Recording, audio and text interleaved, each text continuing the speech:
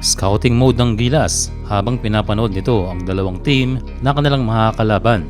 Ito lang talaga ang advantage kapag ikaw ay hindi opening game.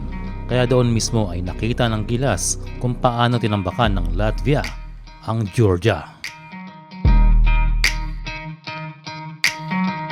Kaya they have an idea kung ano nga bang ibibigay ng Latvia sa ating match. Pero ang good thing sa ating team ay napaka-confident ng ating coach. Ayon kay CTC, we are not going to be overwhelmed by anybody. O hindi tayo papasindak at papayag na maliitin ng ibang team. Kaya kitang-kita sa game kontra sa Poland kung gaano kainit itong si Coach Team sa pakikipagsabayan sa Euro Team.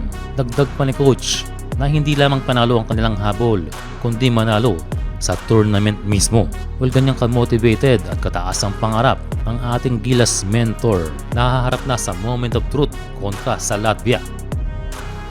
Dagdag ni Coach Tim Cone, yes, maaari tayong ma-outsize pero naiisip niya pa rin ang posibilidad na tayo ay manalo. Kaya hindi lamang mga players ang kakayod, gayon din ang mga coaching staff. Sila ay haharap sa best coach noong 2023 FIBA World Cup. Samantala pagkatapos ng game sa pagitan ng Latvia at Georgia, na-interview ang head coach ng Latvia na si Luka Banki.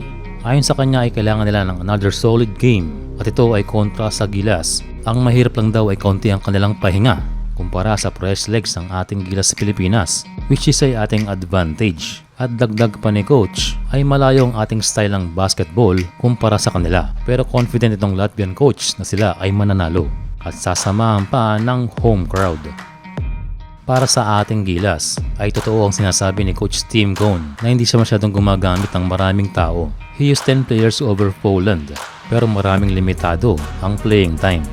Advantage pa rin to sa ating national team dahil hindi pa nila na-scout masyado ang iba katulad nila Mason Amos at Kevin Kiambao. May isang bagay na hindi pa nailalabas ni KQ sa mga nakaraang games. At ito ay ang kanyang outside game at kapag yan ay nasimula ni KQ ay magbibigay sa kanya ng confidence at pwede ba nating tawaging secret weapon ang abilidad ni Kevin Kiambao. Well, lahat yan ay nakadepende kung paano tayo mag-react sa kanilang depensa.